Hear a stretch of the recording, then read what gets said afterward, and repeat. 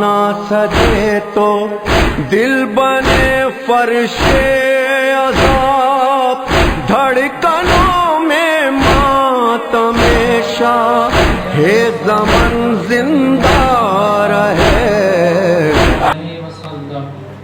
قال سمعت فاطمة أنها قالت دخل علي برسول الله صلى الله عليه وآله وسلم في بعض الأيام فقال السلام عليك يا فاطمة، فقلت عليك السلام.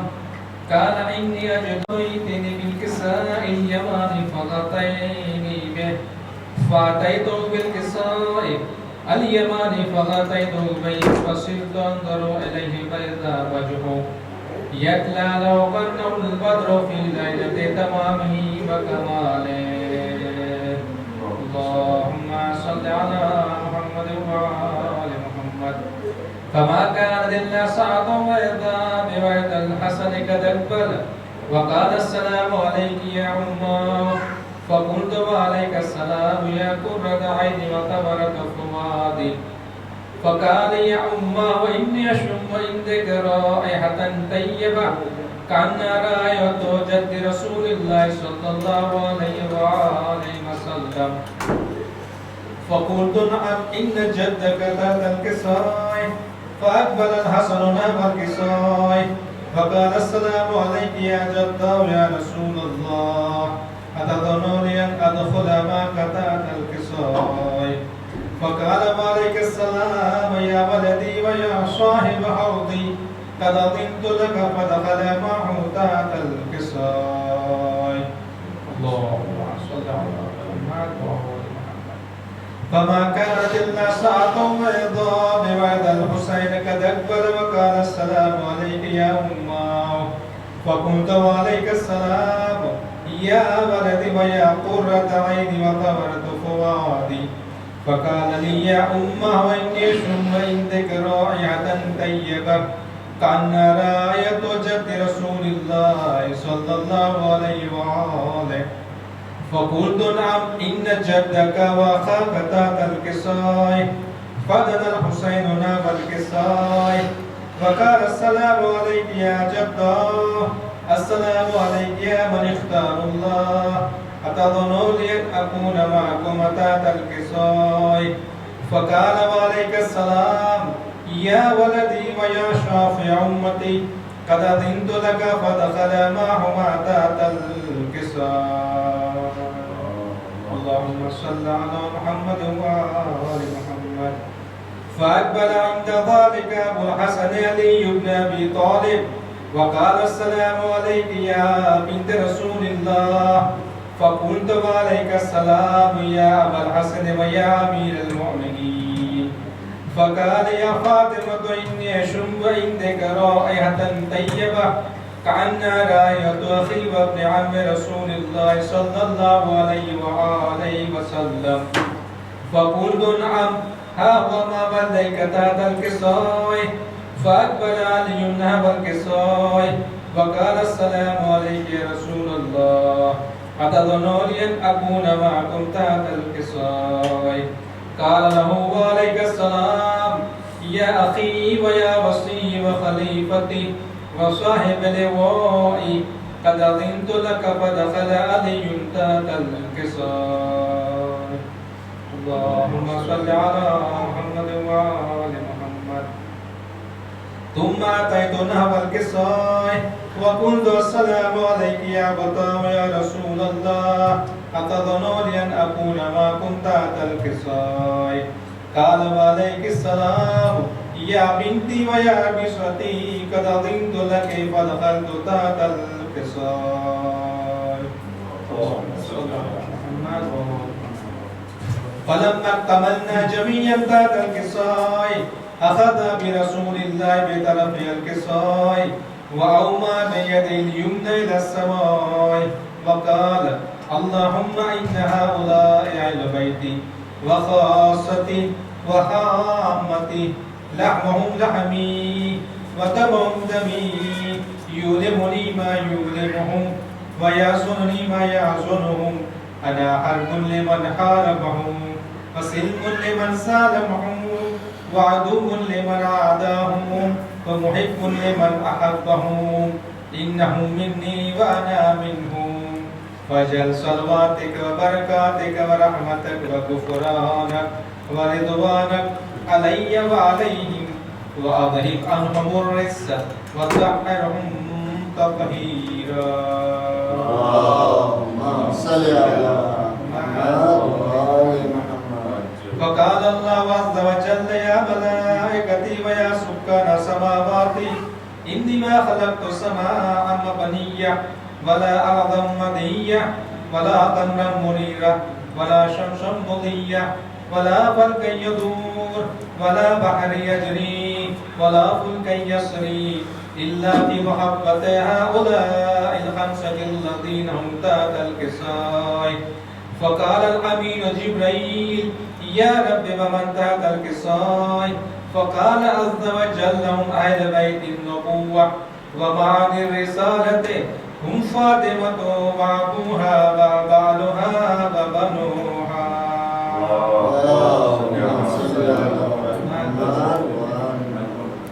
فقال جبريل يا رب أتظن لي أن أحبط إلى الأرض ليكن معهم سادسا؟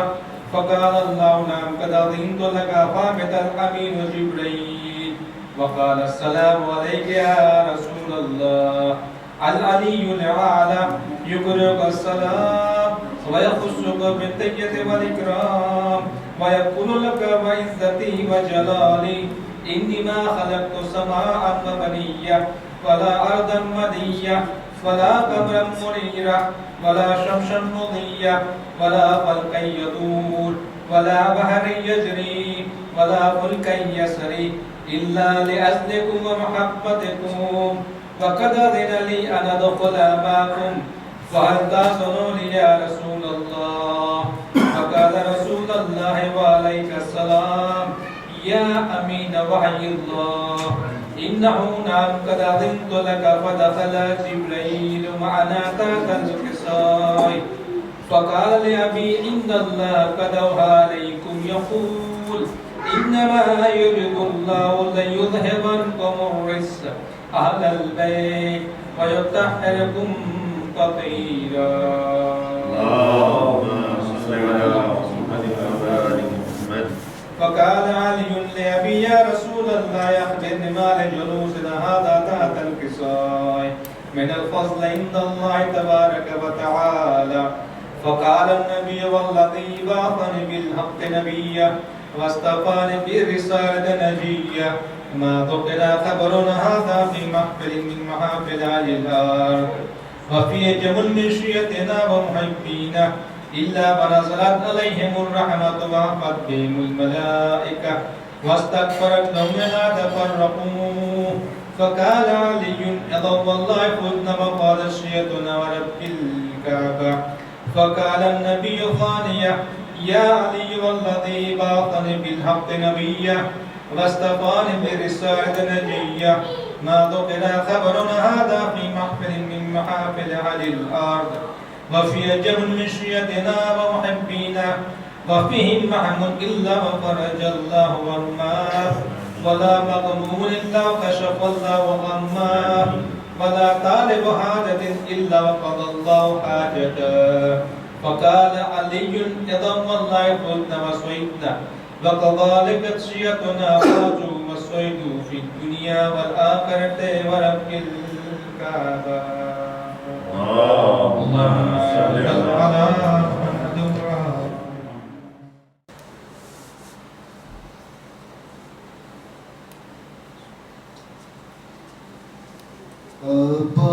عباس تیرا حق ہے زمانہ تجھے روئے عباس تیرا حق ہے زمانہ تجھے روئے جب شام و سحر فاطمہ زہرا تجھے روئے جب شام و سحر فاطمہ زہرا تجھ روئے عباس تیرا حق ہے زمانہ تجھ روئے دلالی پہرے پہ ستمگار کھڑا ہے دلالی پہرے پہ ستمگار کھڑا ہے کیسے تیرے لاشے پہ سکینہ تجھ روئے کیسے تیرے لاشے پہ سکینہ تجھ روئے عباس تیرا حق ہے زمانہ تجھ روئے زینب نے کہا شام غریبا میں غازی زینب نے کہا شام غریبا میں غازی بے پردہ مجھے دیکھ کے بابا تجھ روئے بے پردہ مجھے دیکھ کے بابا تجھ روئے عباس تیرا حق ہے زمانہ تجھ روئے جس وقت اٹھانا گیا لاش جواں کا جس وقت اٹھانا گیا لاش جواں کا شمس گھڑی اکبر سے زیادہ تجھ روئے شمس گھڑی اکبر سے زیادہ تجھ روئے ارمان سکینہ کا تھا جتنا تجھ روتی ارمان سکینہ کا تھا جتنا تجھ روتی سجاد تیری قبر پہ اتنا تجھ روئے سجاد تیری قبر پہ اتنا تجھ روئے مشکیزہ کہیں جسم کہیں ہاتھ کہیں ہے مشکیزہ کہیں جسم کہیں ہاتھ کہیں ہے جا جا کے کہاں فاطمہ زہرا تجھ روئے جا جا کے کہاں فاطمہ زہرا تجھ روئے عباس تیرا حق ہے زمانہ تجھ روئے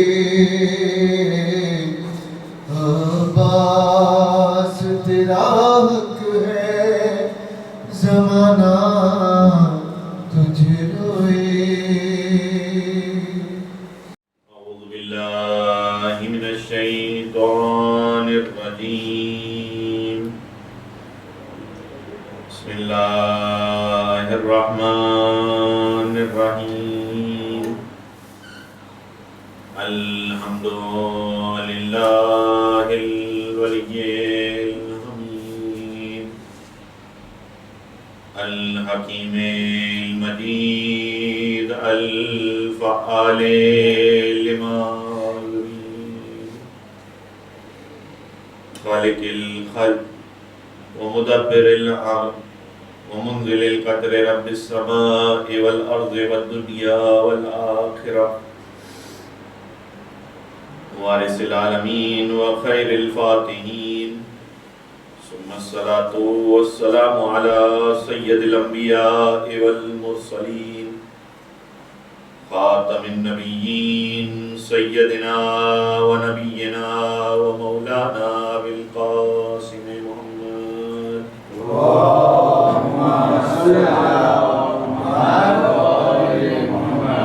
وآله الطيبين الطاهرين المعصومين المظلومين ولعنة الله على أعدائهم أجمعين أما بعد فقد قال سبحانه وتعالى في القرآن المبين والفرقان الحكيم بسم الله الرحمن الرحيم ذلك ومن يعظم شعائر الله فإنها من تقوى القلوب الصلوات اللهم صل على محمد. سورہ حج کی آیت نمبر 32 کی تلاوت آپ کے سامنے بطور سرنامہ کلام کی. آج محرم الحرام کا چاند نظر نہیں آیا اور اب تک ایسے کوئی شواہد نہیں ملے، اس لیے بظاہر آج آخری ذی الحجہ کی تاریخ ہے. لیکن بہرحال ہوتا یہی ہے کہ اگر آخری ذی الحجہ ہوتی ہے اس کے باوجود بھی پرچم کشائی کی مجلس آج کے دن عموماً رکھی جاتی ہے. اول ماہ محرم سے انشاءاللہ موضوع کا باقاعدہ آغاز ہوگا، لیکن آج خاص ایک پیغام جس کا تعلق پرچم کشائی سے بھی ہے، ادا خانے سے بھی ہے. سورہ حج آیت نمبر 32 پروردگار یہ ارشاد فرما رہا ہے کہ ذالک ومن یعظم شعائر اللہ فإنہا من تقوی القلوب. اور دیکھو ومن یعظم، جو بھی تعظیم کرے گا، کس کی تعظیم کرے گا؟ شعائر اللہ، اللہ کے شعائر کی. فإنہا من تقوی القلوب، تو یہ اس کے دل کے تقوی کی نشانی ہے. بڑی عجیب بات ہے، قرآن مجید نے جہاں بھی کسی قسم کا وعدہ اجر کا کیا تو فقط ایمان کو ملحوظ نہیں رکھا، بلکہ ہمیں تاریخ میں یہ ملتا ہے کہ ایمان کے ساتھ ساتھ تقوی کے حوالے سے بھی بات کی گئی. درود پڑھیں محمد والے محمد پر. اللهم صل على محمد وآل محمد وعجل فرجه. اللهم صل على محمد وآل محمد وعجل فرجه. سورہ حج کی آیت نمبر 32 اس بات کی طرف اشارہ کر رہی کہ وَمَن يُعَظِّمْ شَعَائِرَ اللَّهِ فَإِنَّهَا مِن تَقْوَى الْقُلُوبِ، کہ جو بھی اللہ کے شعائر کی تعظیم کرتا ہے تو یہ دلوں کی تقوی کی نشانی ہے. اور عجیب بات یہ ہے کہ قرآن مجید جب اجر کا وعدہ کرتا ہے تو صرف ایمان کا تقاضا نہیں کرتا، بلکہ ایمان کے ساتھ ساتھ تقوی کو بھی طلب کرتا ہے. یعنی ایمان اگر آپ کو وعدہ نظر آئے گا تو صرف اور صرف اس صورت میں نظر آئے گا کہ جب ایمان کے ساتھ تقوی آئے. یہاں تک کہ خود ہدایت جو انسان کے لیے سب سے زیادہ ضروری ہے، بغیر ہدایت کے انسان کیسے آگے بڑھ سکتا ہے؟ اگر آپ دیکھیے قرآن مجید کی ابتدائی آیات میں ہی اس بات کی طرف اشارہ کیا گیا کہ یہ خود قرآن مجید ہدی للمتقین، متقین کے لیے ہدایت ہے. جب متقین کے لیے ہدایت ہے اور اگر آپ دیکھیں تو ہر قسم کا جو اجر بیان کیا گیا اس میں بھی تقویٰ کے حوالے سے خاص ذکر کیا گیا. جب وعدہ کیا تو فقط اس اعتبار سے وعدہ نہیں کیا کہ ایمان ہے، بلکہ جو ایمان کے ساتھ ساتھ تقویٰ لے کر آئے گا اس کے عمل کو قبول کیا جائے گا. انما یتقبل اللہ من المتقین، بے شک پروردگار متقین سے تقوی کو اور عمل کو قبول کرتا ہے. اب یہاں ایک مختصر سی بات جس کی طرف اشارہ کر دیا جائے وہ یہ، تقوی وہ اہم ترین چیز کے جس کے بارے میں یہ ملتا ہے کہ فرمایا گیا کہ خیر الذات والتقوی. بہرحال تقوی کے حوالے سے مجھے بہت زیادہ بحث اس اعتبار سے نہیں کرنی. عموماً رمضان المبارک کے مہینے میں تقوی کے حوالے سے گفتگو ہوتی ہے، اور جب تقوی کے حوالے سے گفتگو ہوتی ہے تو وہاں پر اس بات کو بھی بیان کیا جاتا ہے. وہ مشہور و معروف آیت بھی پڑھی جاتی ہے کہ جس میں اس بات کی طرف اشارہ کیا گیا کہ یا ایھا الذین آمنوا کتب علیکم الصیام کما کتب علی الذین من قبلکم لعلکم تتقون، کہ اے ایمان والو تم پر اسی طریقے سے روزے فرض کر دیے گئے ہیں جس طریقے سے تم سے پہلے والی امت پر فرض کیے گئے تھے تاکہ تم متقی بن جاؤ. اب لعلہ کا مطلب یعنی شاید تمہارے اندر تقوی پیدا ہو جائے، شاید تم متقی بن جاؤ. آپ کو ایک اہم ترین بات کی طرف اشارہ کروں. انسان نماز پڑھتا ہے، نہیں معلوم متقی بنا یا نہیں بنا. انسان روزہ رکھتا ہے، نہیں معلوم متقی بنا یا نہیں بنا. کیوں؟ اس لیے کہ آپ خود جانتے ہیں کہ کتنی نمازیں ایسی ہیں جو صرف اٹھک بیٹھک کے علاوہ کچھ نہیں. یہ آپ سب سن چکے ہیں. میں اپنی بات کو کہیں پہنچانا چاہتا ہوں، مقدمتاً یہ بات بیان کر رہا ہوں. روزہ، کتنے ہی ایسے روزے دار ہیں جن کو روزہ ان کے بھوک اور پیاس سے بڑھ کر کچھ نہیں دیتا. بھوکے پیاسے کہلائیں گے لیکن ان کو روزے کا فائدہ حاصل نہیں ہوگا. یہ کیا معاملہ ہو رہا ہے؟ انسان اپنے ساتھ اس دنیا سے تقوی لے کر جانا چاہتا ہے. تقوی خیر الذات وہ تقوی. نماز پڑھ رہا ہے، تقوی کی کوئی گارنٹی نہیں ہے، پتہ نہیں تقوی انسان کے اندر حاصل ہوا یا نہیں ہوا. روزہ رکھ رہا ہے، نہیں معلوم روزے کے نتیجے میں اس کے اندر تقوی حاصل ہوا یا نہیں ہوا. دیگر عبادتوں کو انجام دے رہا ہے، نہیں معلوم روزہ اور دیگر عبادتیں انجام دینے کے بعد اس کے اندر تقوی حاصل ہوا یا نہیں ہوا. اب پتہ کیسے چلے کہ انسان جب اس دنیا سے جا رہا ہے تو وہ تقوی کے ساتھ جا رہا ہے یا نہیں جا رہا؟ اس لیے کہ سب سے اہم تو یہی ہے نا کہ انسان اپنے آپ کو چیک کرے، دیکھے جو پروردگار نے انسان سے مانگا ہے وہ اس کے پاس ہے یا نہیں ہے. وہ کیسے ملے گا؟ وہ کیسے پتہ چلے گا؟ اب ایک آیت کی طرف آپ کے سامنے اشارہ کروں گا، بہت مشہور آیت ہے.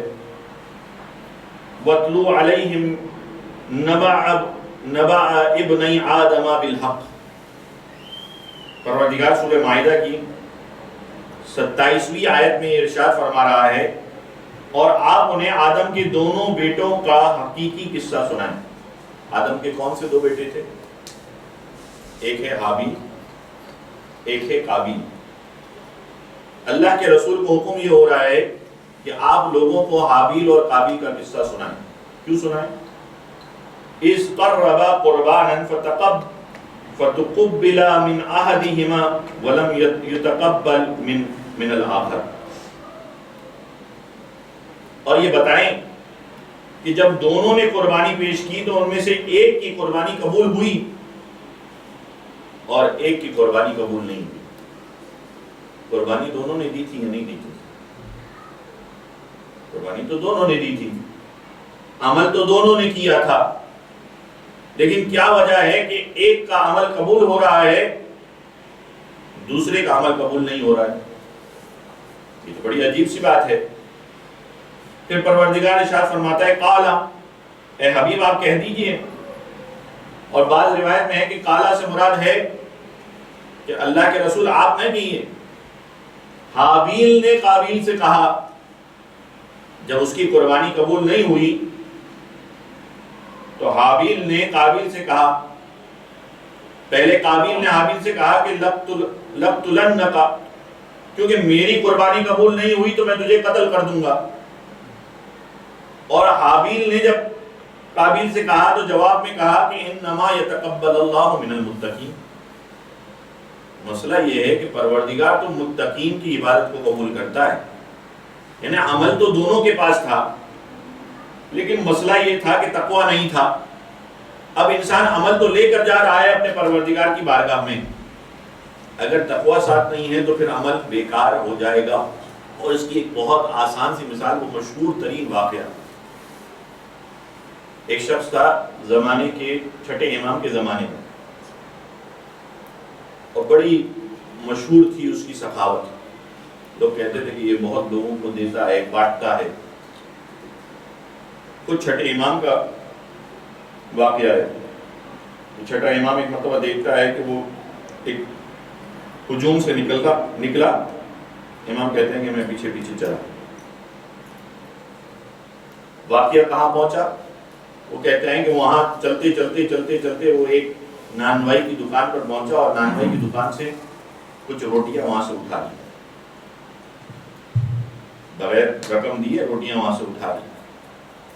مزید آگے بڑھا، ایک فروٹ والے کی دکان پر رکا، وہاں سے کچھ فروٹ اٹھا لیے. پھر مزید آگے بڑھا اور جانے کے بعد ایک غریب سے آدمی کو دیکھا، اسے روٹیاں اور وہ فروٹ دے دیے.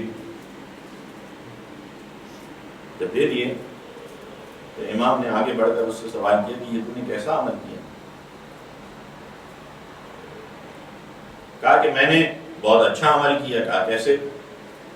کہا خود قرآن مجید میں یہ لکھا ہے کہ اگر تم کوئی ایک نیکی کرتے ہو تو ایک نیکی کے بدلے میں کتنی نیکیاں ملتی ہیں؟ ایک کے بدلے میں 10 نیکیاں ملتی ہیں. اور اگر کوئی ایک برائی کرتا ہے تو ایک برائی کے بدلے میں کتنی برائیاں ملتی ہیں؟ ایک ہی برائی ملتی ہے. اچھا میں نے 2 برے کام کیے یا 3 برے کام کیے، میں نے ایک روٹی چرا لی، 2 فروٹ چرا لیے، تو میں نے 3 گناہ کیے، یہ 3 گناہ ہو گئے. اور میں نے جب یہ 3 چیزیں کسی کو دے دی تو نتیجے میں مجھے 3 کے بدلے میں 30 نیکیاں مل گئی. جب 30 نیکیاں ملی تو 27 نیکیاں تو میری ہو گئی. یہ قرآن مجید سے استدلال ہو رہا ہے، قرآن مجید سے بیان ہو رہا ہے. اور امام نے کیا جواب دیا؟ امام نے جواب دیا کہ تو عجیب ہے، تو نے قرآن کو آدھا لیا. یا اگر دوسرے الفاظ میں کہوں تو کچھ ایسے لوگ ہیں جو قرآن مجید کو اپنے لیے کافی سمجھتے ہیں، جب تک وہ سمجھ نہیں پائیں گے جب تک اہل بیت کی طرف رجوع نہیں کریں گے. اب تو صادق آل محمد موجود ہے نا، وارث قرآن موجود ہے نا. ایک مرتبہ اشارہ کیا کہ تو بھول گیا کہ خود خدا تعالیٰ قرآن مجید میں ارشاد فرماتا ہے انما یتقبل اللہ من المتقین، کہ اللہ تو صرف متقین سے عبادت کو قبول کرتا ہے. یعنی اس کا مطلب یہ ہوا کہ تو نے 3 جو برے کام کیے، اس کے بعد جو نیکی کی وہ نیکی تیری نیکی ہی نہیں کہلائے گی جب تک تیرے اندر تقویٰ نہ ہوگا. نتیجہ کیا ہوا؟ اچھا اب جس طرح سے اس کا معاملہ ہے، اگر سچ پوچھئے میری نمازیں میں جانتا ہوں کیسی ہے، میرے روزے میں جانتا ہوں کیسے ہیں، میرے حج اور دیگر عبادات کے معاملے میں مجھے پتا ہے کہ کب میں پروردگار کی طرف رجوع کر رہا ہوتا ہوں اور کب میرا ذہن کدھر ہوتا ہے. تو اگر انسان یہ سمجھ رہا ہے کہ اس ذریعے سے اس کو تقویٰ حاصل ہو جائے گا اور تقویٰ حاصل کر کے وہ آگے بڑھ جائے گا، کوئی گارنٹی نہیں. اب اگر کوئی گارنٹی نہیں ہے تو کیا نمازیں چھوڑ دیں، روزے چھوڑ دیں؟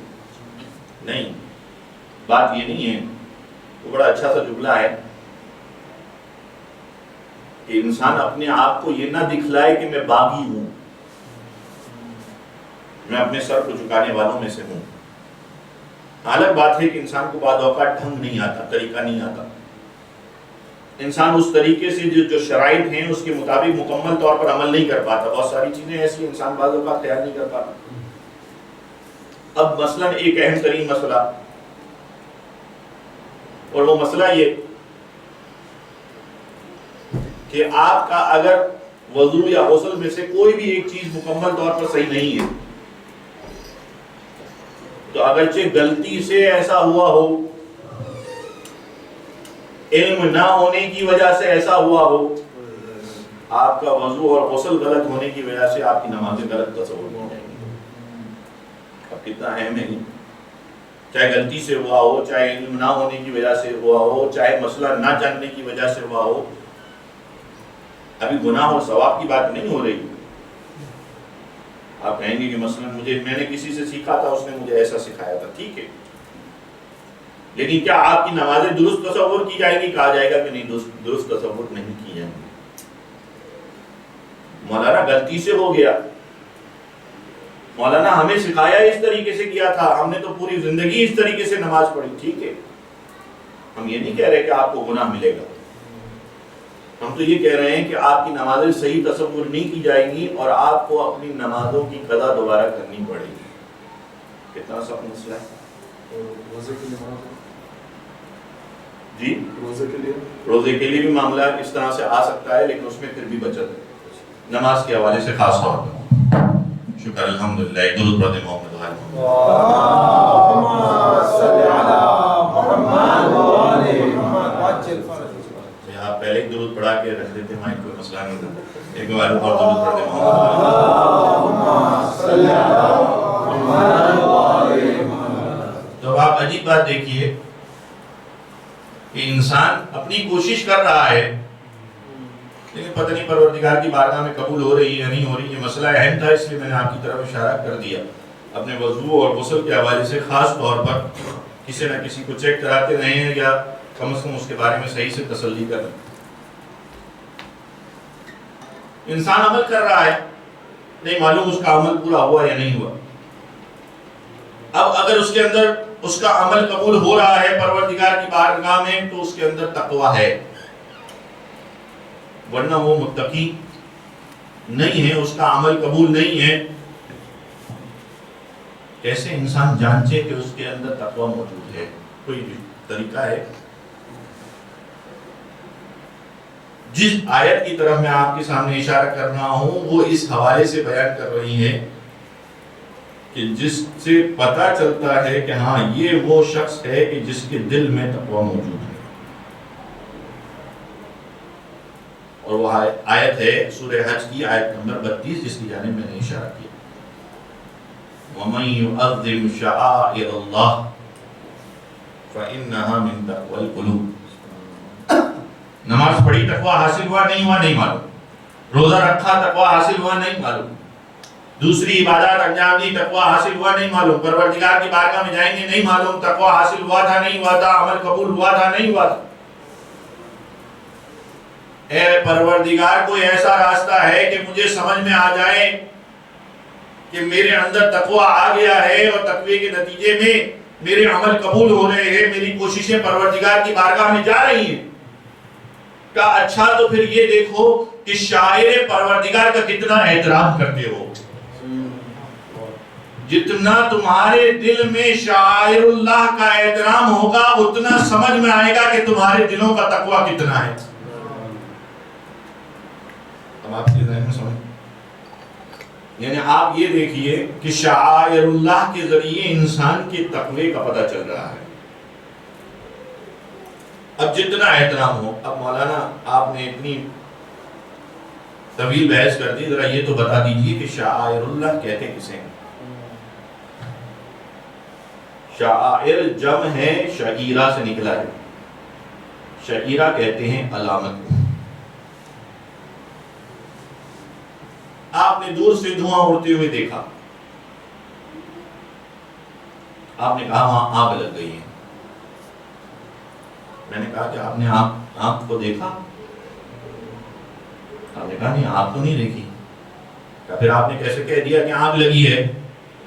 کیا وہ نہیں دیکھ رہے دھواں اٹھ رہا ہے؟ دھواں علامت ہے کہ وہاں آگ لگی ہے. دھواں علامت ہے وہاں آگ لگی ہوئی ہے. آپ نے یہاں پر قدموں کے نشان دیکھے. آپ نے کہا یہاں سے کوئی گزرا تھا. میں نے کہا آپ نے گزرنے والے کو دیکھا تھا؟ کہا نہیں دیکھا تھا. کہا کہ یہ قدموں کے نشان نظر آ رہے ہیں، یہ پتہ بتا رہے ہیں، یہ علامت ہے اس کی کہ کوئی یہاں سے گزرا تھا. علامت کا لفظ واضح کرو. اچھا، بخار ناپنے کے لیے ایک ڈیوائس یوز ہوتی ہے، ایک آلہ یوز ہوتا ہے جسے کہا جاتا ہے تھرمامیٹر. تھرمامیٹر، اس میں آپ پارے کو دیکھتے ہیں. آپ دیکھتے ہیں کہ وہ مرکری کہاں تک پہنچی ہوئی ہے، اس سے اندازہ ہوتا ہے کہ کتنا بخار ہے.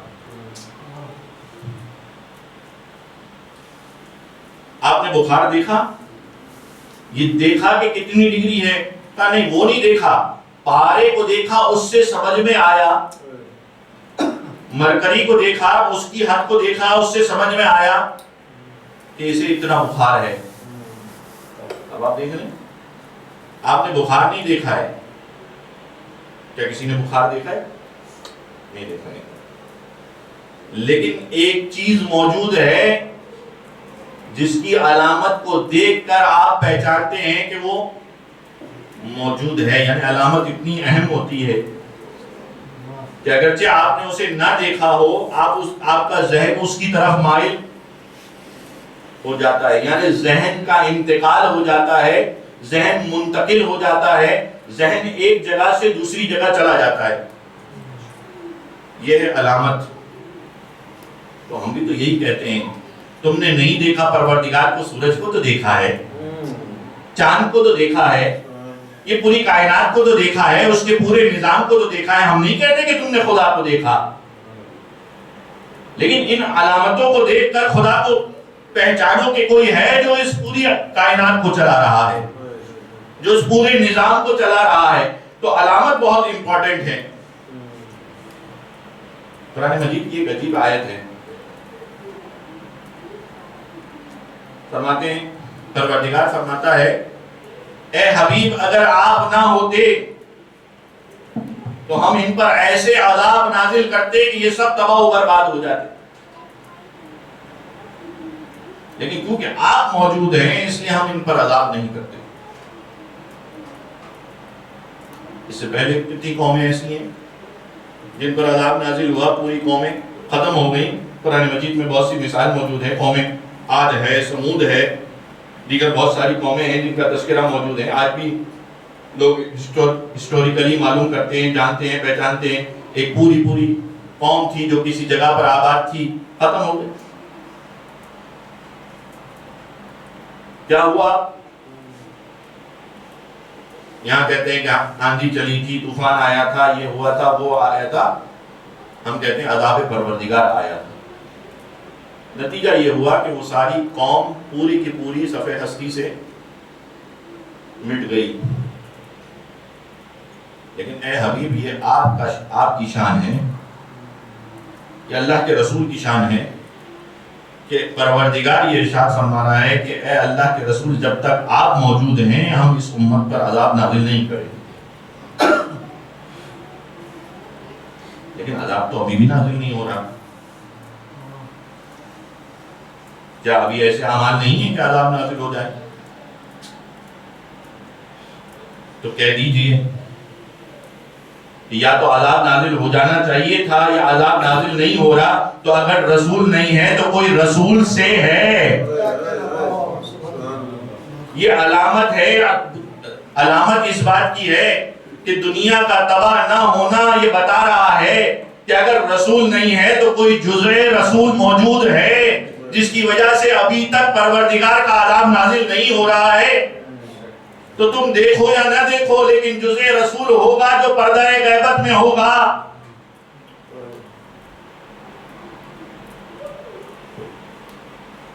تو علامت نشانی کو کہتے ہیں. اب شعائر اللہ کا کیا مطلب ہوا؟ ہر وہ چیز کہ جو علامت بنے انسان کے ذہن کو منتقل کر دے اس کے پروردگار کی طرف۔ ان الصفا والمروہ من شعائر اللہ۔ صفا اور مروہ کو دیکھا، آپ کو اللہ تعالیٰ یاد آ گیا۔ کیوں یاد آ گیا؟ کہ یہاں وہ واقعہ پیش آیا تھا، ایک بیوی تھی جو کبھی صفا پر جاتی تھی، کبھی مروہ پر جاتی تھی، اپنے بچے کے لیے جو ہے بے آب و گیا صحرا میں موجود تھی۔ ابراہیم نے اپنی زوجہ کو اس بے آب و گیا میدان میں چھوڑ دیا پروردگار کے حکم سے۔ دیکھیں یہاں عقل لے کر آئیے ذرا، کون عقل مند انسان اس طریقے سے اپنی زوجہ کو بے آب و گیا میدان میں چھوڑ دے گا؟ لیکن حکم پروردگار ہے، ابراہیم نے چھوڑ دیا۔ وہ چھوٹا سا بچہ تڑپنے لگا پیاس کی شدت سے۔ کیفیت یہ ہے کہ ماں محبت پسر میں اپنے بچے کی محبت میں کبھی صفا پر جاتی ہے، کبھی مروہ پر جاتی ہے، کبھی صفا پر جاتی ہے، کبھی مروہ پر جاتی ہے۔ آپ جب صفا و مروہ کو دیکھتے ہیں آپ کا ذہن منتقل ہوتا ہے اس بیوی کی طرف کہ تھی ایک بیوی ہاجرہ کہ جنہوں نے اس طریقے سے صحیح کی تھی، اور پروردگار کی بارگاہ میں وہ صحیح اتنی مقبول ہوئی کہ نتیجے میں جہاں بچہ تڑپ رہا تھا وہ اس جگہ سے ایسے پانی کا چشمہ نکلا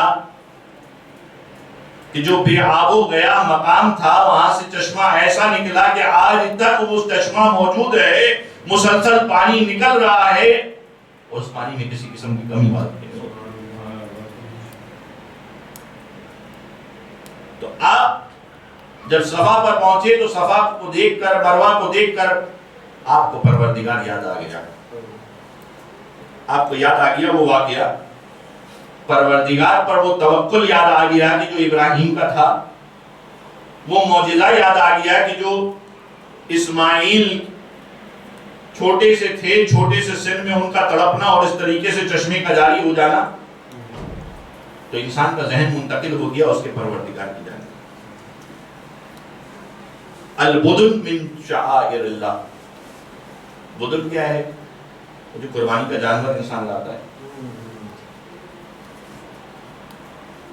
جب تک اسے قربانی کا جانور قرار نہیں دیا تھا وہ شاعر اللہ میں سے نہیں تھا۔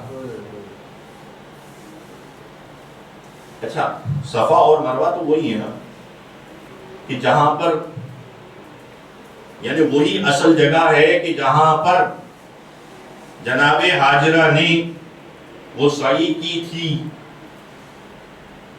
لیکن جس جانور کو آپ بطور قربانی قرار دے رہے ہیں کیا یہ وہی جانور ہے جو اسماعیل کے لیے آ گیا تھا؟ کیا یہ وہی جانور ہے؟ نہیں۔ آپ کسی بھی جانور کو لیتے ہیں، نیت کرتے ہیں کہ یہ میں پروردگار کی بارگاہ میں قربان کروں گا۔ جہاں آپ نے نیت کی کہ یہ میں پروردگار کی بارگاہ میں قربان کروں گا، اب جب آپ اس قربانی کو دیکھو گے تمہیں یاد آئے گا کہ یہ وہ قربانی ہے جسے میں نے اللہ کی خاطر۔ اب حقیقت میں یہ وہ قربانی نہیں تھی، حقیقت میں یہ وہ جانور نہیں تھا، یہ اس کی نقل ہے، لیکن نقل میں اتنی طاقت ہے کہ وہ اصل کی طرف اشارہ کر رہی ہے۔ وہ تمہیں اس واقعے کی طرف یاد دلا رہی ہے، وہ واقعہ تمہیں یاد آ رہا ہے، نتیجہ یہ ہو رہا ہے کہ تم اس واقعے کو یاد کرتے ہو، پروردگار کو یاد کرتے ہو کہ وہ پروردگار تھا۔ باپ گلے پر چھری چلا رہا تھا بیٹے کے، لیکن پروردگار نے بچے کو بچا لیا، بیٹے کو بچا لیا اور جنت سے دمبا بھیج دیا، اے ابراہیم اس گوسفند کو ذبح کر لو، تمہارا بچہ ہمارے ہاتھوں میں ہے، صحیح سلامت ہے۔ اب ایک اور مثال پھر میں انشاءاللہ نتیجے کی طرف آؤں گا۔ بیت اللہ، کعبہ من شعائر اللہ، کعبہ اللہ کا گھر، عجیب بات ہے، کیا خدا تعالیٰ کو کسی گھر کی ضرورت ہے؟ وہ تو ہر طرف موجود ہے۔ آپ کو یاد ہے نا وہ واقعہ جب حجاج نے سعید ابن جبیر کو پکڑا تھا؟ سعید ابن جبیر کو پکڑا کیوں؟ اس لیے کہ امیر المومنین کا صحابی ہے۔ پکڑنے کے بعد حکم دیا کہ اسے ذبح کر دیا جائے۔ جب ذبح کرنے لگے تو سعید ابن جبیر نے اپنا رخ قبلے کی طرف کر دیا۔ جب قبلے کی طرف کیا تو حجاج نے دیکھ لیا، کہا اس کا رخ قبلے سے موڑ دو۔ تو سعید ابن جبیر نے اس آیت کو پڑھا کہ تم قبلے سے منہ موڑ بھی دو، اللہ تو ہر جگہ موجود ہے۔ انسان پروردگار کو کسی مکان کی حاجت نہیں ہے، بلکہ اگر انسان نے یہ سمجھا کہ وہ مکان میں ہے تو اس نے پروردگار کو صحیح سے نہیں پہچانا۔ اس لیے کہ پروردگار کی صفات میں سے ایک صفت یہ ہے کہ وہ کسی جگہ محدود نہیں ہوتا۔ تو اگر آپ مکان کی بات کر رہے ہیں، آپ کہہ رہے ہیں یہ اللہ کا گھر، تو اللہ کا گھر کیا خدا تعالیٰ اس گھر کا محتاج ہے، اس گھر میں رہتا ہے؟ نہیں۔ پھر کیا ہے؟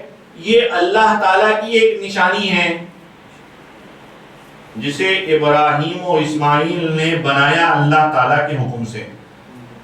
بعض روایت کے مطابق آدم نے بھی بنایا تھا اور اس کے بعد دوبارہ نوساز کیا، دوبارہ بنایا گیا جناب ابراہیم کے دور میں۔ حضرت ابراہیم اور اسماعیل کے دور میں اس کعبے کی بنیاد رکھی گئی۔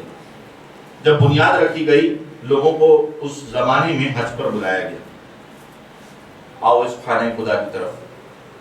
اور دیکھو یہ اللہ کا گھر ہے۔ اللہ کا گھر ہونے کا مطلب یہ ہے کہ جب تم ادھر آؤ تو اپنے پروردگار کو یاد کرو۔ اچھا، آپ نے یہ جگہ لی اور اس جگہ کو آپ نے مسجد قرار دیا۔ جب تک یہ جگہ جگہ تھی اس کا وہ احترام نہیں تھا۔ جیسے ہی آپ نے اسے مسجد بنایا، یعنی خانہ خدا، مسجد کیا ہے؟ اللہ کا گھر۔ مسجد ہے اللہ کا گھر، خانہ خدا۔ جیسے ہی آپ نے مسجد کا صیغہ پڑھا، جگہ پہلے بھی موجود تھی، لیکن جیسے ہی آپ نے اسے اللہ کے ساتھ مخصوص کیا، اس کا ایک احترام ہو گیا۔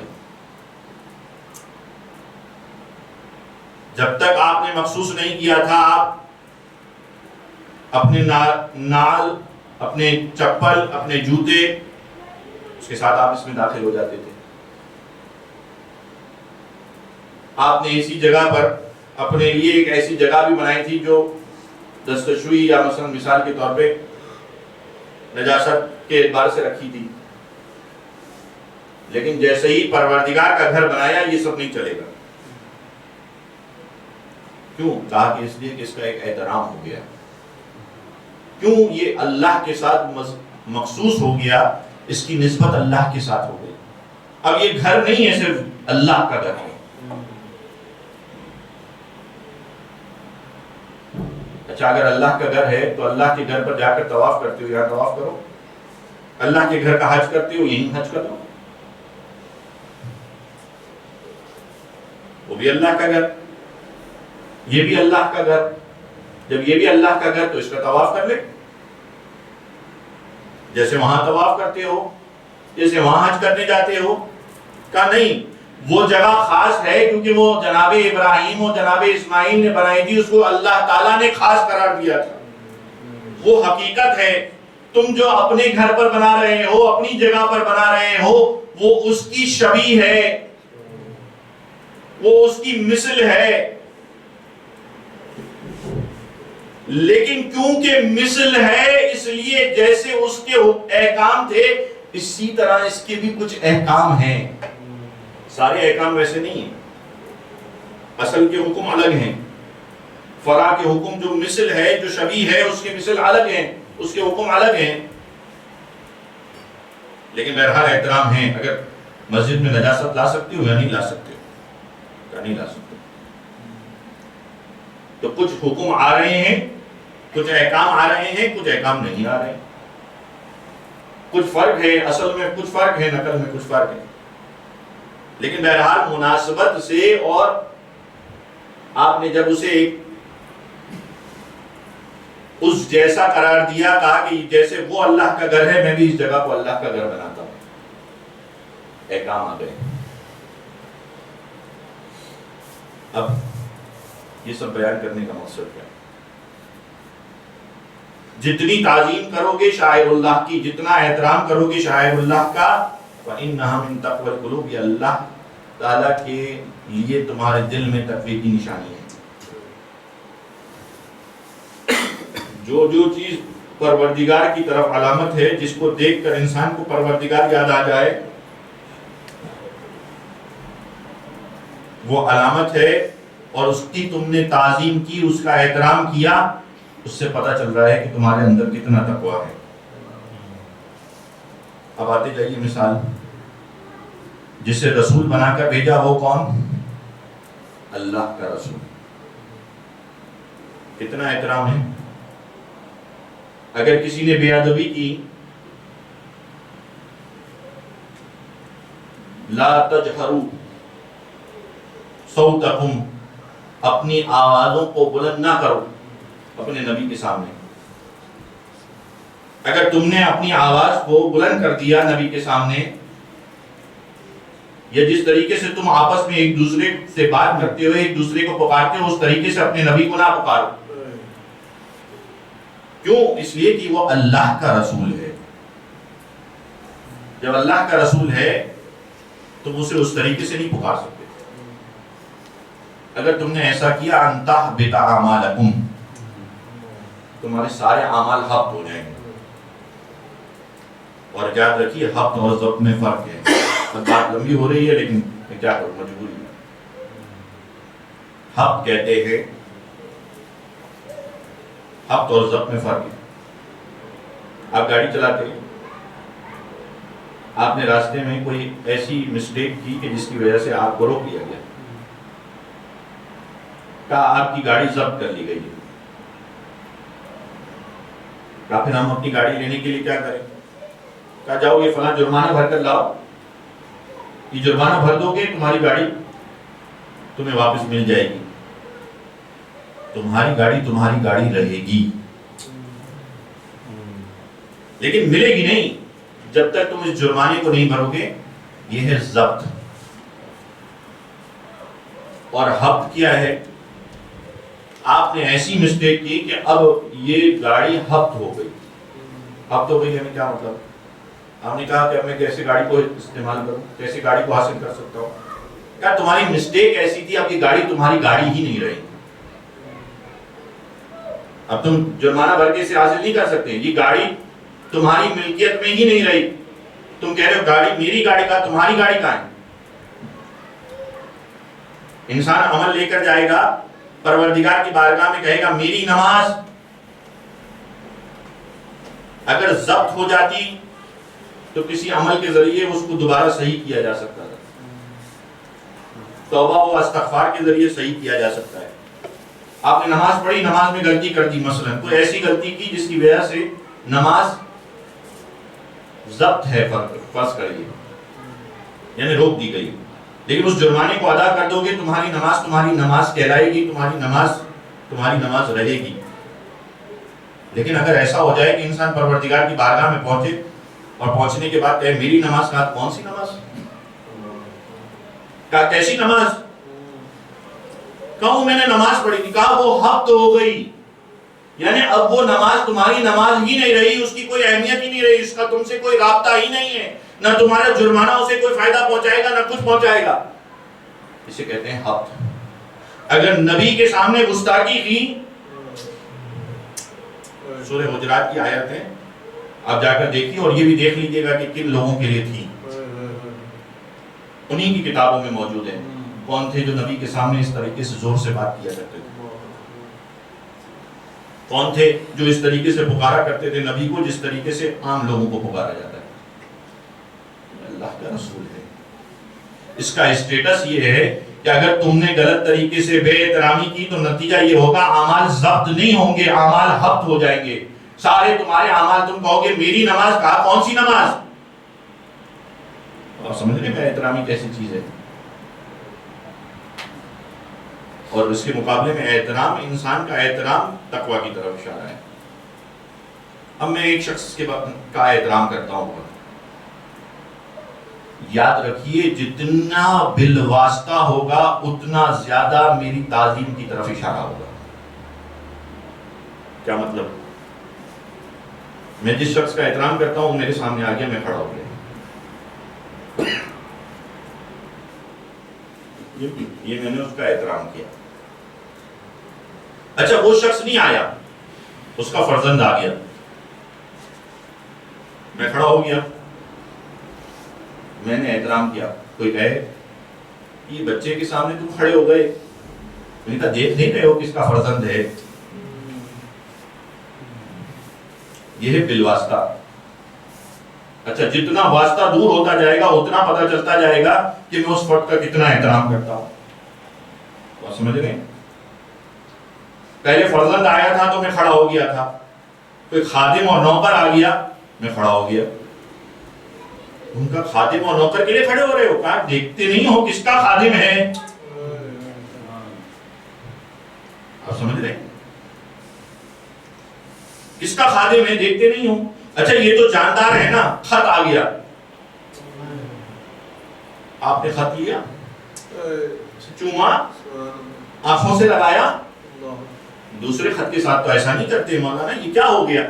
کہا دیکھ نہیں گئے ہو کس کا خط آیا ہے؟ یعنی جتنا واسطہ بڑھتے چلا جا رہا ہے، جتنا واسطہ دور ہوتے جا رہا ہے، اگر میرا احترام پھر بھی باقی ہے اتنا زیادہ جذبہ تعظیم کی طرف اشارہ ہے. اگر براہ راست ہے تو کم تعظیم، صرف براہ راست کی حد تک ہے.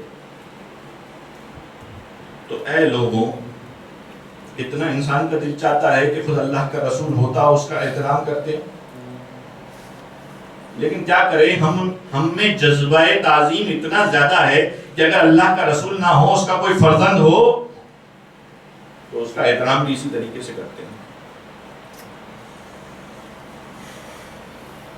تو اب سمجھ میں آیا کہ اگر حسین کا احترام ہے اللہ کے رسول ہونے کے اعتبار سے، ایک تو خود حسین کا مقام، یعنی حسین کے مقام کے حوالے سے کیا کہا جائے، کیسے میں بیان کروں کہ اللہ کا رسول اپنے کندھوں پر سوار کرتا ہے، آنے والا سوال کرتا ہے، اور ایک مرتبہ کہتا ہے کہ اے حسن، اے حسین، تمہاری سواری کتنی اچھی ہے، دیکھو اللہ کا رسول تمہاری سواری بنا. اور اللہ کا رسول آنے والے کو کہتا ہے تو یہ کیوں نہیں کہتا کہ سوار کتنے اچھے ہیں؟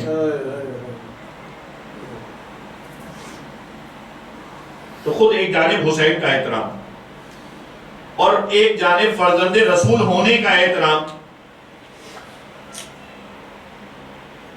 اب اگر کوئی ایسی چیز ہو جو ہمیں اس فرزند رسول کو یاد دلا دے، اس کی کوئی شبیہ ہو، اچھا کیا ہمارے پاس روایت میں کہیں ملتا ہے کہ شبیہ کا کوئی احترام ہوا کرتا ہے؟ اب آپ آ جائیے ادا خانے پر. آپ ادا خانہ سجاتے ہیں، ادا خانہ سجاتے ہیں تو جگہ جگہ وہ چیزیں سجاتے ہیں جن سے حسین مظلوم کو یاد کیا جاتا ہے. میں نے آپ سے کہا نا شبیہ کا احترام. آپ جب ایک علم سجاتے ہیں تو ایک علم کو یاد کر رہے ہوتے ہیں جو حسین مظلوم کا علمدار تھا. اس کے پاس ایک علم تھا جسے دیکھ کر بچوں کی پیاس میں آس تھی.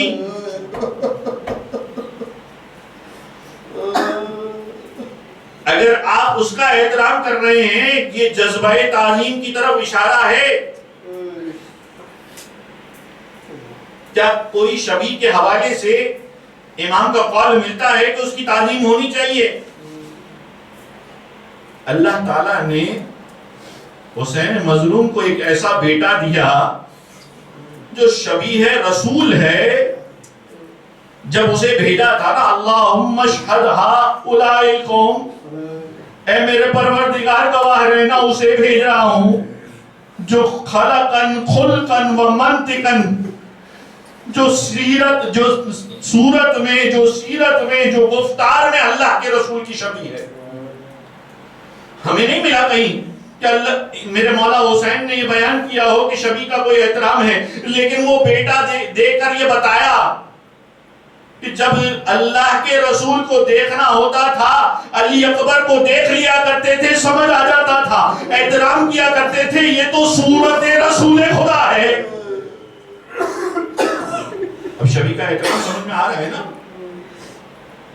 اگر یہ سمجھ میں آ رہا ہے تو آپ کو وہ بھی یاد آ رہا ہوگا لمحہ، وہ لمحہ کہ جب حسین مظلوم اپنی ایک بیٹی کو چھوڑ کر جا رہے تھے.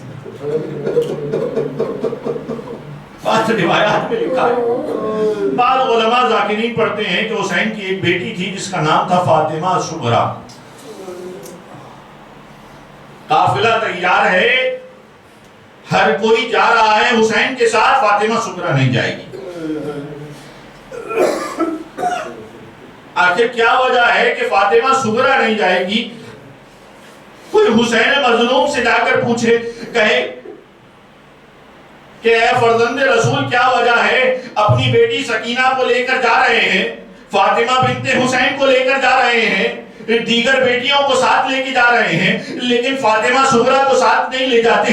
ایک مرتبہ وہ جملہ کہا جائے گا، ارے میں کیا کروں کہ یہ سب سے زیادہ میری ماں فاطمہ کی شبیہ ہے. شبیہ کا احترام سمجھیے، اس عزا خانے کی اہمیت کو سمجھیے، یاد رکھیے. یہ جو آپ عزا خانہ سجاتے ہیں، یہ شبیہ جو بناتے ہیں، اس شبیہ کی اہمیت کو سمجھیے، اس کے احترام کو سمجھیے. اور اگر آپ کو یہ چیزیں دیکھ کر آپ کو کربلا کی یاد آ جائے اور آپ اس کا احترام کریں، یاد رکھیے جب کربلا کا واقعہ پیش آیا، اس کے بعد تاریخ نے لکھا کہ ہر کوئی چاہتا تھا کہ میرا مولا سجاد ان کے گھر پر آئے. میرے مولا کا ایک شاگرد تھا جس کا نام تھا زہری، جو بعد میں امام زہری کہلائے. زہری کہتے ہیں کہ میں مولا سجاد کی بارگاہ میں گیا اور کہا کہ اے مولا سجاد، میرے بیٹے کی شادی ہے اور میں چاہتا ہوں کہ آپ میرے گھر پر تشریف لائیں. سید سجاد جواب دیتے ہیں، اور زہری تجھے تو معلوم ہے کربلا کے واقعے کے بعد ہم کسی خوشی کے پروگرام میں شرکت نہیں کیا کرتے، کسی ایسے مقام پر نہیں جایا کرتے جہاں خوشی منائی جا رہی ہو. کربلا کے واقعے کے بعد سوگ طاری ہے. کہا فرزند رسول کتنے سال ہو گئے، جب میری شادی ہو رہی تھی آپ کو بلایا تھا، آپ نہیں آئے تھے. جب میں نے گھر خریدا تھا، نیا گھر خریدا تھا، آپ کو بلایا تھا، آپ نہیں آئے تھے. کتنے ایسے مواقع گزرے، میں آپ سے کہتا رہا کہ کوئی ایسا طریقہ نہیں ہے کہ آپ میرے گھر پر تشریف لے آئے. زہری ایک طریقہ ہے. کون سا طریقہ؟ کہا ایسا کر، اپنے گھر پر مجلس سید الشہداء رکھ لے، حسین کی مجلس رکھ لے، سید سجاد اس مجلس میں آئے گا. مدینہ میں زہری کے گھر پر یہ مجلس برپا ہوئی. اور دیکھیے زہری کا تعلق بعض روایت کے مطابق ہمارے مذہب سے نہیں تھا، ہمارے مسلک سے نہیں تھا، اس لیے اس پر وہ پابندیاں نہیں تھی. مدینہ والے انتظار میں بیٹھے تھے، کوئی ایسا موقع آئے گا کہ حسین مظلوم پر گریہ کرنے کا موقع ملے گا. بس زہری کہتا ہے بیٹے کی شادی تھی، لیکن کیونکہ سید سجاد کو بلانا ہے، طریقہ کار یہ رکھا گیا کہ بیٹے کی شادی سے پہلے ایک مجلس برپا کی جائے گی. مولا کے پاس آئے، کہا کہ مولا اس تاریخ کو، اس دن میں نے گھر پر مجلس رکھی ہے، آپ تشریف لائیے گا، میں آپ کو لینے آؤں گا. جب وہ لمحہ آیا، ایک مرتبہ زہری اپنے گھر سے نکلے، ابھی گھر سے زیادہ دور نہ چلے تھے، امام کے گھر کی جانب جانا چاہتے تھے، دیکھا میرا مولا خود تشریف لا رہا ہے۔ کہا مولا میں آپ کو لینے آ رہا تھا۔ کہا زہری اگر مجلس برپا کرو گے ہمیں بلانے کی ضرورت نہ پڑے گی، سید سجاد خود آئے گا۔ مرتبہ مجلس برپا ہونا شروع ہوئی۔ ایک مرتبہ زہری نے میرے مولا کو منبر کے پاس بٹھایا اور تاریخ نے لکھا کہ ایک مرتبہ بیٹے کی شادی تھی نا، شبیہ پیغمبر کے مسائب شروع ہوئے، پر تاریخ میں لکھا ہے مدینہ میں ایسی مجلس برپا ہوئی، ایسا گریہ ہوا، در و دیوار رو رہے تھے، ارے لوگ اپنے سر پر ہاتھ مارتے تھے، ارے کوئی یاد کرتا تھا ہائے علی اکبر۔ ایسا گریہ ہوا، ایسا گریہ ہوا، تاریخ نے ایسا گریہ نہ لکھا، لیکن بس جب مجلس تمام ہوئی نا، ایک مرتبہ زہری سید سجاد کی بارگاہ میں آتا ہے تاکہ تعزیت علی اکبر دے سکے، لیکن کیا دیکھا، جہاں سید سجاد کو بٹھایا تھا وہاں سید سجاد موجود نہیں ہے۔ ہائے میرا مولا کہاں چلا گیا؟ ایک مرتبہ ڈھونڈتا ڈھونڈتا ذرا گھر کے دروازے کے پاس گیا، ارے کیا دیکھا، دروازے کے باہر جہاں عزاداروں نے اپنی جوتیاں اتاری تھی وہاں میرا مولا سجاد، ارے ایک مرتبہ بے ہوشی کے عالم میں ہے، ایک مرتبہ پانی لایا گیا، ارے سید سجاد کے چہرے پر پانی چھڑکا گیا، ہائے میرا مولا، ایک مرتبہ آنکھوں کو کھولا، آنکھوں کو کھولا، زہری سوال کرتا ہے اے آقا، اے مولا، آپ کو میں منبر کے پاس بٹھا کر گیا تھا، یہ کیا وجہ ہے آپ یہاں پر موجود ہیں؟ کہا تجھے نہیں معلوم، جب ذاکر نے مسائب پڑھنا شروع کیے نا میں نے آسمان سے دیکھا، ارے آسمان سے میری جدہ فاطمہ زہرا تشریف لائی، ارے اسی مقام پر جہاں پر عزاداروں کی، ارے کیسے ممکن تھا کہ سید سجاد منبر کے پاس بیٹھا رہتا؟ ہائے حسین،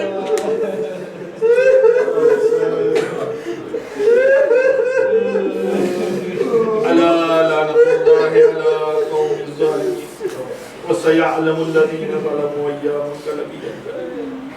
بارے الہ تجھے واسطہ محمد وآل محمد، بارے الہ ہماری اس کلی سی عبادت کو اپنی بارگاہ میں قبول فرما، بارے الہ جو خطائیں ہو گئی بارے الہ ہماری خطاؤں کو درگزر فرما، جہاں جہاں اہل بیت کی چاہنے والے موجود ہیں ان کی جان مال عزت و آبرو کی حفاظت فرما، جو جو مومنین پریشان حال ہیں ان کی پریشانیوں کو دور فرما، بارے الہ تجھے واسطہ محمد وآل محمد کا ہمارے دلوں میں، ہماری نسلوں میں، ہماری اولادوں میں ہمیشہ اہل بیت کی محبت کو قائم و دائم فرما، اپنی آخری حجت امام عصر و زمان کے ظہور میں تعجیل فرما، ہم سب کو ان کی آوان و انصار میں شمار فرما، ربنا تقبل منا انك انت السميع العليم برحمتك يا ارحم الراحمين۔